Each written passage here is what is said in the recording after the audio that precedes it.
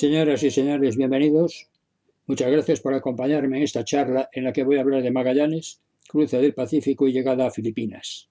Soy Marcelino González, numerario de la Real Academia de la Mar, y con esta conferencia inicio un ciclo de conferencias de historia naval y marítima organizado por la Real Academia de la Mar en colaboración con la Real Liga Naval Española. Como saben, estamos inmersos en el quinto centenario de la primera vuelta al mundo, iniciada por Magallanes allá por septiembre de 1519, cuando salió de Sanlúcar de Barrameda con 5 barcos para navegar hacia el oeste en busca de las Islas de las Especias. Una aventura que finalizó cuando Elcano regresó con uno solo de aquellos barcos, la Victoria, en septiembre de 1522.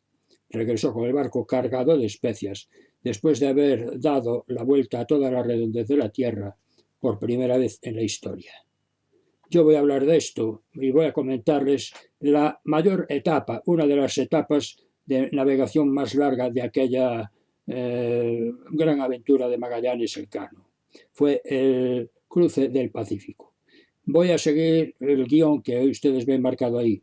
Hablaré de unos antecedentes, el paso del Estrecho de Magallanes, después el cruce de todo el Pacífico, el avistamiento y contacto con algunas islas como fueron las Infortunadas, las Islas de los Ladrones o Marianas o las Islas de San Lázaro o Filipinas, y después el hambre, las penalidades, el escorbuto, otras enfermedades que pasaron durante estas navegaciones, para terminar con unos comentarios finales. Se trataba de buscar por el occidente un camino hacia las Islas de las Especias. Las especias eran muy apreciadas en Europa, valía su peso en oro, sobre todo clavo, canela, jengibre, nuez moscada, y España las iba a buscar por el occidente, que era la parte que le correspondía en el reparto del mundo de acuerdo con el Tratado de Tordesillas, ya que por la parte de Levante y el Índico le correspondía a Portugal. Para tal fin, Magallanes firmó con Carlos I unas capitulaciones por las que recibía el mando de 5 naus, la Trinidad, Victoria, Concepción, Santiago y San Antonio, con unos 239 hombres, con todos los pertrechos, todos los víveres y demás, pues para unos 2 años o algo así. Y con esos barcos salió el 20 de septiembre de 1519, pues para empezar la gran aventura de navegar hacia el occidente buscando las Islas de las Especias. Los barcos iban mandados por 2 portugueses y 3 españoles. Los portugueses eran la Trinidad mandada por el propio Magallanes y la Santiago por Juan Serrano. Y las españolas eran la Victoria, Concepción y San Antonio, que iban mandadas respectivamente por Luis de Mendoza, Gaspar de Quesada y Juan de Cartagena. Los barcos recorrieron el Atlántico, bueno, fueron hasta Canarias, luego siguieron hacia el sur, después fueron hacia Poniente, llegaron a las costas de Sudamérica, hicieron una escala en Brasil, después entraron en un puerto en San Julián, en la Patagonia Argentina. Allí hubo una revuelta de 3 capitanes contra Magallanes por el trato que les daba y que Magallanes abortó y ajustició a los 3 capitanes. Poco después se produjo la pérdida de la Santiago, explorando alguna zona a ver si encontraba un paso de contacto o un paso de conexión entre el Atlántico y el Mar del Sur. Y con los 4 barcos que le quedaban, después de la invernada, Magallanes, el 21 de octubre de 1520, llegó hasta un cabo que se metía mucho en la mar, lo dobló y entró en un paso muy estrecho que le pilló dentro el día de Todos los Santos y por lo tanto le llamó Estrecho de Todos los Santos. Es lo que hoy se llamamos Estrecho de Magallanes. Cuando estaba dentro de ese estrecho, investigando ese dédalo de islas, pasos, canales, etc., pues en un día por la noche, la San Antonio, que era la nao más grande, la que tenía más víveres, pues aprovechando nocturnidad y demás, puso la popa, salió corriendo, desanduvo el camino y regresó a España. Desertó. Con lo que a Magallanes le quedaron solamente 3 barcos. Siguió las exploraciones con los 3 barcos y después de muchas vueltas y demás encontró un paso al final del cual vio un amplio mar que era el Mar del Sur, que empezó a navegar, pues digamos que el 28 de noviembre de 1520. eran la Trinidad de los barcos que le quedaban, mandada por el propio Magallanes, la Victoria mandada por Duarte de Barbosa y la Concepción por Juan Serrano. E hicieron esta inmensa navegación de cruzar el Océano Pacífico, algo con lo que no contaban. Ellos no sabían que existía ese mar, es más, se creían que no existía, porque de acuerdo con la geografía de entonces no debía de existir. Ahora les cuento qué pasó. La cuestión es que se encontraron ahí con una navegación que les llevó más de 3 meses. Cuando Colón descubrió América, después de un tiempo, España cayó en que aquello era un continente y que las Molucas que estaban en un mar tenían que estar detrás de ese continente. Entonces, las Molucas, Catá y Zipango, que era China y Japón, lo que andaba buscando Colón y demás. Entonces España mandó diferentes expediciones para que se movieran y buscaran por el Atlántico americano algún paso que lo cruzara para ir a ese hipotético mar. Uno de ellos fue Vasco Núñez Balboa, que después de buscar y rebuscar no se le ocurrió cosa mejor que cruzar a pie el istmo de Panamá. Y al cruzarlo y ver un monte, vio hacia el sur, porque el istmo de Panamá es horizontal, vamos, va en el sentido de los paralelos. Pues mirando hacia el sur encontró un mar y le llamó Mar del Sur. Bueno, no se arneó precisamente dándole el nombre al mar. Es lo que luego Magallanes le llamaría Océano Pacífico. Siempre digo que si Balboa se hubiera asomado un poco hacia la derecha y hubiera mirado hacia el norte, hubiera visto que ese mar iba del norte al sur, porque va del Ártico al Antártico. Pero en fin, le llamó Mar del Sur. Y España siempre le llamó Mar del Sur durante muchos años. Bien, pero ese Mar del Sur se creía que era un mar pequeño. Y que en ese Mar del Sur, al poquito tiempo por ahí deben de estar las Molucas y China y Japón y todo eso, porque había un error en la geografía de entonces que consideraba que la circunferencia de la Tierra era un 25% menor de lo que es. Y eso era porque estaba en boga entonces, estaba en vigor la geografía de Ptolomeo, que era la que admitía este error. Al considerar un 25% menos, teniendo en cuenta que ya habían llegado por el otro lado a las Molucas y demás, y teniendo en cuenta pues, las dimensiones que más o menos se conocían entonces, pues no les entraba, no entraba en el concepto de entonces que pudiera haber ese hueco. Decían, no, ahí se tiene que cerrar. Pero no, ahí estaba ese inmenso Pacífico. ¿Por qué se produjo este error? Por lo siguiente. Miren, Eratóstenes, que vivió ya entre el 276 y el 194 a.C., ya saben, Eratóstenes es aquel de la criba de los números primos y todo aquello que habíamos estudiado hace mucho tiempo, ¿no? Pues este señor, de una forma muy ingeniosa, hizo unas mediciones de la Tierra y llegó a la conclusión de que su circunferencia, trasladada a dimensiones de hoy, a medidas de hoy, unidades de hoy, era de 40.000 kilómetros, que es lo que es, por definición del metro. Muy bien, pasado el tiempo, otro sabio, Posidonio, hizo unas cosas parecidas y llegó a los mismos cálculos. El circunferencia de la Tierra, 40.000 kilómetros. Pero luego no se sabe muy bien qué pasó. No se sabe si fue Posidonio que repasó los cálculos o los rehizo o hizo algo. O bien Estrabón, otro sabio que vivió a caballo con las dos eras, precristiana y la cristiana, pues llegaron a la conclusión, y eso fue lo que quedó, de que la Tierra no medía 40.000 kilómetros de circunferencia, que medía 30.000. Y 30.000 fueron los que adoptó Ptolomeo, un geógrafo del principio de la era cristiana, que hizo muchos mapas, muchas geografías y muchos estudios, y que dijo que la Tierra pues tenía 30.000 kilómetros. Y eso fue lo que quedó. Y luego vino pues eso de la invasión de los bárbaros, la caída del Imperio Romano, la oscura Edad Media y demás. Y ya en el Renacimiento, cuando se rescataron cosas, se rescató la geografía de Ptolomeo con los 30.000 kilómetros y eso era lo que quedaba, 30.000 kilómetros. Pero, como verán, había algo más, porque estaba este océano que con los 30.000 kilómetros, pues China y eso estarían por aquí, pero no, estaban allá lejos. El Océano Pacífico era el mayor charco del mundo, era y es. 165,7 millones de kilómetros cuadrados, va del norte al sur y de este a oeste mide 20.000 kilómetros de ancho. Digamos que desde Valparaíso a Manila, para decirlo ya a medidas que nos sentamos todos, hay 17.600 kilómetros. O sea, Eso que Magallanes se creía que con llegar aquí, pues ya estarían por ahí las Molucas, pues tuvo que andar todo eso. Lo que él creía que podían ser unos días se convirtieron en más de 3 meses. En el Pacífico se encontró con unos vientos que, claro, no tenían ni idea, no conocían, pero que eran muy parecidos o iguales a los que hay en el Atlántico, los alisios. Luego hay otros monzones, pero para esto de ahora no nos interesa. Estaban estos vientos que eran dominantes, que en el Ecuador van de este a oeste, y después en el hemisferio norte hacen así, y en el hemisferio sur hacen este movimiento, igual que en el Atlántico, prácticamente.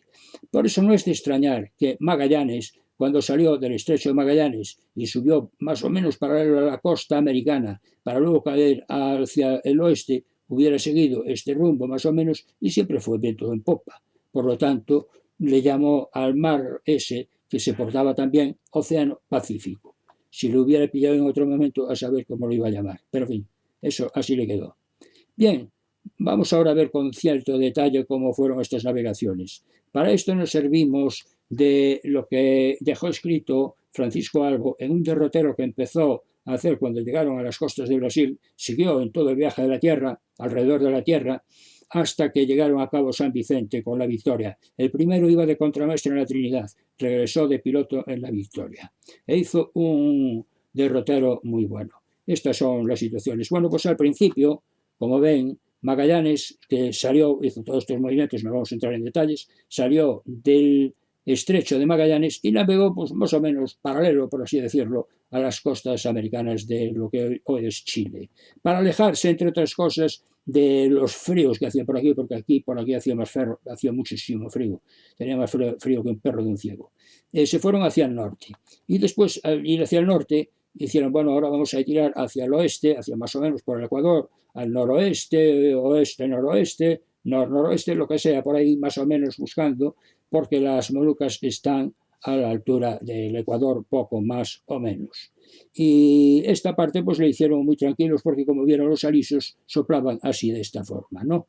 ¿Qué decían por ahí? Pues nada, navegar tranquilos. Por las tardes cantaban la salve, Duarte de Barbosa con la Victoria y Juan Sarona con la Concepción se acercaban a la Trinidad a agasajar a Magallanes, que era el capitán general de la flota, etcétera, etcétera. Y después, al llegar por aquí, empezaron a caer pues ya un poco hacia el oeste, cada vez más hacia el oeste, para acercarse a donde creían que debían de estar las Molucas.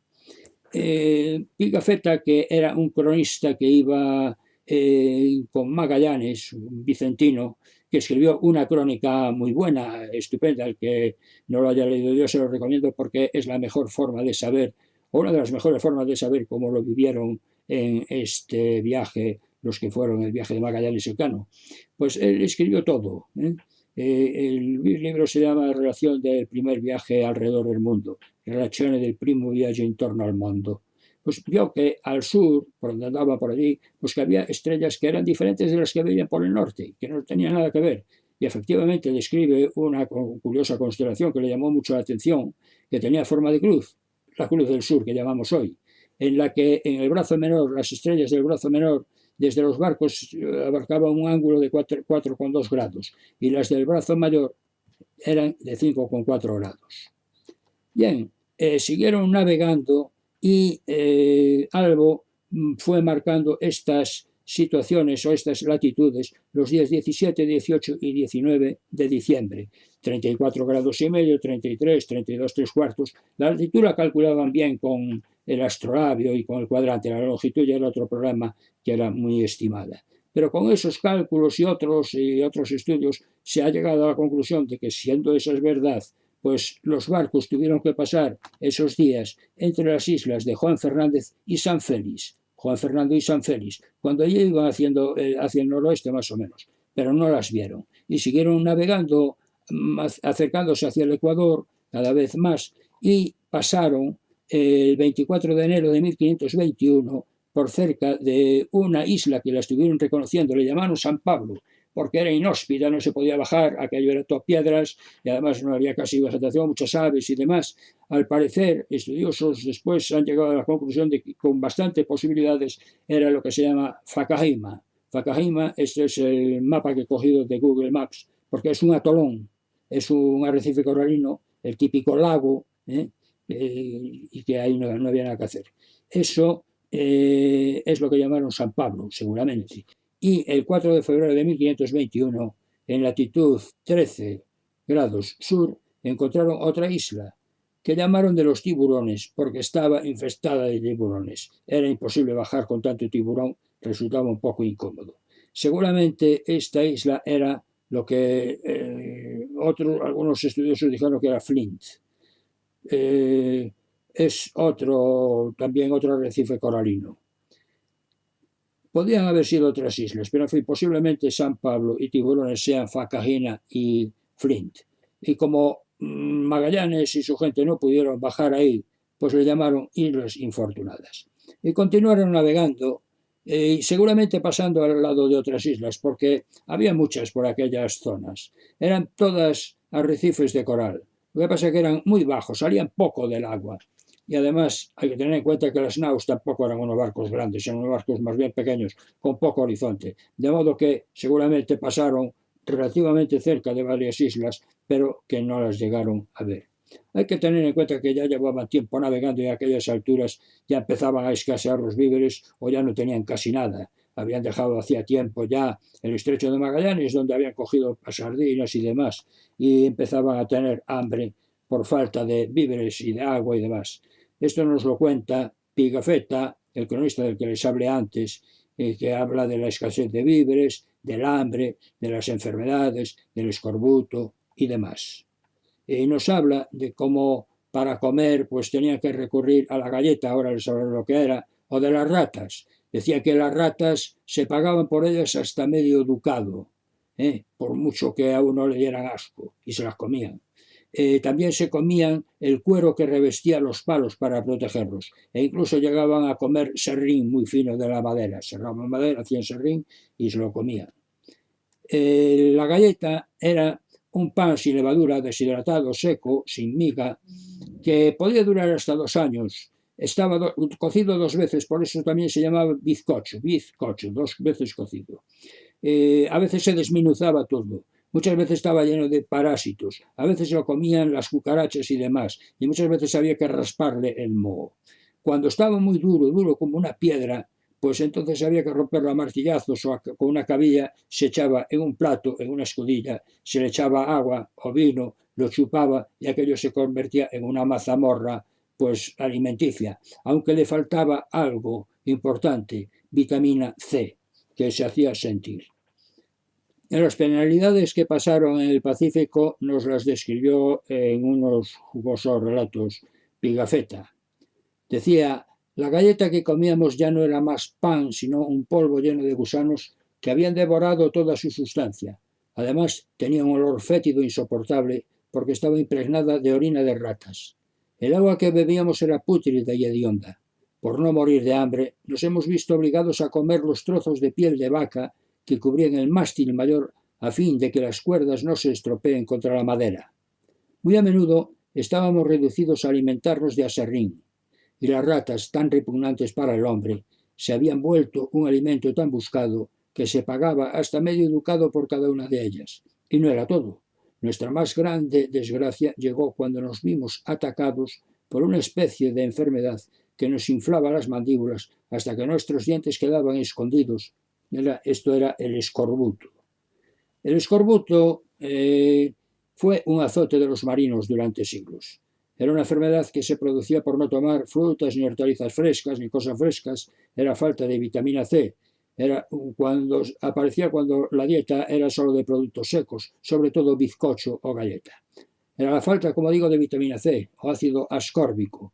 Este ácido ascórbico es el que da fortaleza a las venas y a las arterias para que aguanten la presión de la sangre. Sin vitamina C se vuelven flojas, se rompen y por eso aparecen hematomas por diferentes sitios, grandes hemorragias internas, al mismo tiempo que se hincha la lengua, se hinchan las encías, caen los dientes. El que padece esta enfermedad cae en un gran estado de postración y termina muriéndose si no recibe una alimentación adecuada. Fue el azote de los marinos durante mucho tiempo, y mucho tiempo se creyó que era una enfermedad infecciosa, como el sarampión, la viruela o algo así. Duró hasta la segunda mitad del siglo XIX. En la segunda mitad del siglo XIX siguió habiendo barcos ya de vapor y demás que sufrían el azote del escorbuto. Hubo que esperar a principios del siglo XX, cuando se vio que no era enfermedad infecciosa, que era una avitaminosis, era una falta de vitamina C. Curiosamente, el doctor Link, a mediados del siglo XVIII, este era un doctor británico, haciendo experimentos con marinos que iban enfermos, dando unos alimentos y a otros, pues él vio que los que tomaban naranjas o limones, pues iban curando o mejoraban de su enfermedad.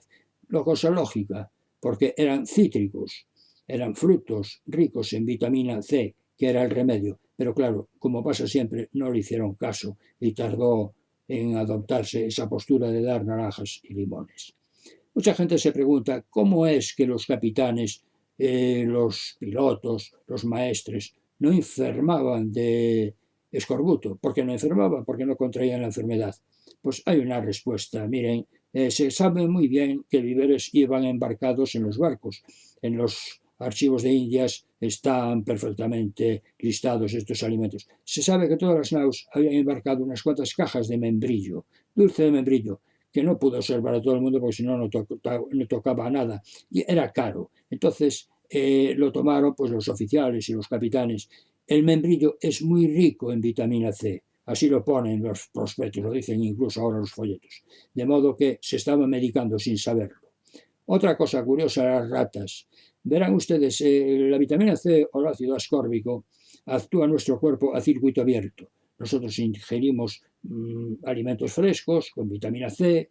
La vitamina C hace lo que tiene que hacer en nuestro cuerpo, da consistencia a las venas y a las arterias y lo eliminamos por la orina. Pero las ratas lo sintetizan. De modo que el que comía rata seguramente estaba ingiriendo vitamina C y estaba medicándose. Otra cosa era el cuero que cubría los palos. Les voy a contar cómo lo preparaban, ya que estamos hablando de las comidas allí, en aquellos tiempos y aquella aventura. Este era cuero que se ponía alrededor de los palos para que no se estropeara con el roce de otros palos y con el roce de los aparejos y demás. Pero era cuero de vaca, estaba reseco, como la suela de un zapato. Entonces lo que se hacía era que se cortaba en trozos con tijeras, del tamaño de filetes, se echaba en un cuenco con agua de mar y se dejaba 5 o 6 días. Entonces chupaba toda la humedad que podía y ya se volvía un poco esponjoso. Y cuando estaba un poco esponjoso, pues se pasaba por el fogón vuelta y vuelta, o bien antes se rebozaba en serrín y se panaba y demás, y eso era lo que comían. Murió mucha gente. En aquella travesía hubo 19 muertos de escorbuto o hambre, pero sobre todo de escorbuto. Hubo también muchos enfermos, llegaron a enfermar casi 30, de los cuales algunos murieron al llegar a las islas porque ya estaban muy mal. Los demás, al llegar a las islas, que hablaremos ahora, pues ya pudieron comer una alimentación equilibrada y sanaron. ¿Qué se hacía con los muertos? Pues iban al sepulcro mayor del mundo, el vasto océano. Se envolvían en una estera normalmente en la que dormían, se envolvían allí, se cosían, se le ponía amarrada una piedra del lastre del barco o una bala de cañón para lastrar la estela con el cadáver, se tiraba al agua, se iba al fondo y adiós, muy buenas. Eso es lo que había. Bien, los barcos siguieron navegando hacia Poniente. El 6 de marzo de 1521 llegaron a las que llamaron Islas de los Ladrones porque allí les robaban de todo. Luego se les llamó Marianas en honor de Mariana de Austria, Sonró, Taguán y demás. Llegaron allí a los 3 meses y 9 días de navegación. En estas islas había unos indios que iban con unos barcos rapidísimos con la proa y popa iguales y un tronco estabilizador y una sola vela, y corrían que se la esperaban. Esto es un dibujo que hice copiado de una ilustración que hizo Pigafetta. No dudaban estos indios en robar todo lo que veían. Y si llegaban a una nau, saltaban a la nau, robaban lo que fuera, se montaban en el barco y salían corriendo a toda velocidad. En algún momento robaron un esquife, uno de los botes pequeños, una de las chalupas de una de las naus, y eso no lo consintió Magallanes, y entonces los persiguió y murieron unos 7 o algo así. Cuenta Pigafetta que daba pena verlos como se morían. A lo mejor era la primera vez que veían una flecha o un virote, y dice que alguno veía, se quedaba extrañado viendo que algo le atravesaba el cuerpo, intentaba sacárselo y moría por culpa de la herida. Decía que daba realmente pena. Bueno, pues allí estuvieron solamente 3 días los expedicionarios, hicieron algo de agua y algo de víveres, pero aquello era inaguantable, de modo que se fueron. Y se fueron navegando hacia el oeste y allá al poco tiempo, el 16 de marzo, llegaron a unas islas que llamaron de San Lázaro. San Lázaro, que después, con el tiempo, Villalobos, en 1542, le llamó Filipinas, que luego cambió el nombre a Filipinas por cuestión de fonética, ¿no? Y ahí Magallanes hizo, esto ya es otra cosa, ya terminó la aventura, pero digamos que hizo amistad con el rey Jumabón en Cebú, a donde llegó el 7 de abril y demás, y hizo mucha conversión de cristianos, etcétera, etcétera. Viendo la situación de las islas y estudiando el derrotero de Albo que dije antes y demás, se puede ver qué velocidad desarrollaron estos barcos. Suponiendo que las islas infortunadas hayan sido Facajina y Flint, pues en las 3.760 millas que hay del estrecho de Magallanes a Facajima, pues debieron de andar a 2,6 nudos. En las 733 millas que separa Facajima de Flint, su velocidad debió de ser 2,7 nudos, o sea, 2 nudos y medio, poco más, fue la velocidad promedio de estos barcos. En los 3 meses, 20 días de navegación hasta que llegaron a las Islas Filipinas o San Lázaro, pues recorrieron unas 2.200 leguas. En todo aquel viaje no vieron esos animales que decía todo el mundo que se veían por los mares raros, bichos enormes, grandes monstruos, serpientes marinas que se comen barcos, gente sin cabeza, gente con 3 brazos. Nada, no vieron nada de eso. Vieron ballenas, vieron tiburones, temporales grandes, pero nada más. Esto es un dibujo copiado de una carta náutica de la época, esto es de un bestiario, una serpiente comiéndose un barco. Pues no vieron nada de eso. Y entonces Maximiliano Transilvano, que hizo una crónica de este viaje, él no hizo el viaje, era secretario de Carlos I, pero cuando llegaron los marineros, cuando llegaron con la Victoria a España, fue a verlos en plan paparazzi, ¿no? En plan periodista. Y los entrevistó y escribió un libro muy bueno, una carta, Maximiliano Transilvano, en latín, contando todo el viaje. Y desbarraba de aquellos que habían escrito sobre estos animales, porque todo el mundo aseguraba que había grandes monstruos y luego resulta que eran mentira. Decía él, los antiguos, como lo oyeron, lo escribieron. Y así han venido los semejantes fábulas y mentiras de muy antiguo, de unas manos en otras y de un autor en otro, sin haber algún cierto y auténtico autor de ello, etcétera, etcétera. O sea que decía que los autores se habían copiado unos a otros, lo cual era verdad. Bien, Magallanes, que estuvo con Jumabón, y ya esto es fuera de la aventura en sí, pero para poner punto final, pues cristianizó mucho, se intentó crear un reino allí dependiente del rey de España. Pero hubo un cacique que no estuvo por la labor, que era el de la cercana Mactán, cercana a Cebú, se llamaba Lapu Lapu, que no quería saber nada de la cristianización, ni eso del ser rey, depender de un rey de España, nada. Entonces Magallanes lo quiso atacar, se metió en camisas de 12 varas, lo atacó en Mactán, el combate de Mactán, el 27 de abril de 1521 de madrugada, y ahí murió Magallanes. Murió cuando ya estaba relativamente cerca, muy cerca, de las islas de las especies, que era lo que andaba buscando. Pero ahí se acabó su vida. Los logros de Magallanes en esta gran aventura, en la que, como vemos, se quedó a puertas de llegar a su destino, que eran las Islas de las Especias, fueron, bueno, primero organizar la expedición. Él fue realmente el padre de la expedición. Después, él encontró el famoso paso que se andaba buscando entre el Océano Atlántico y el Mar del Sur, aunque fue el Estrecho de Magallanes de poco uso porque era realmente difícil y peligroso, pero él consiguió encontrar ese paso. Y después está la navegación que efectuó por todo el Pacífico, un mar desconocido de grande. Se sabía que estaba en el Mar del Sur, pero el Pacífico, como digo, con esas dimensiones no se tenía ni idea. Él fue el primero que lo pasó y navegando de este a oeste.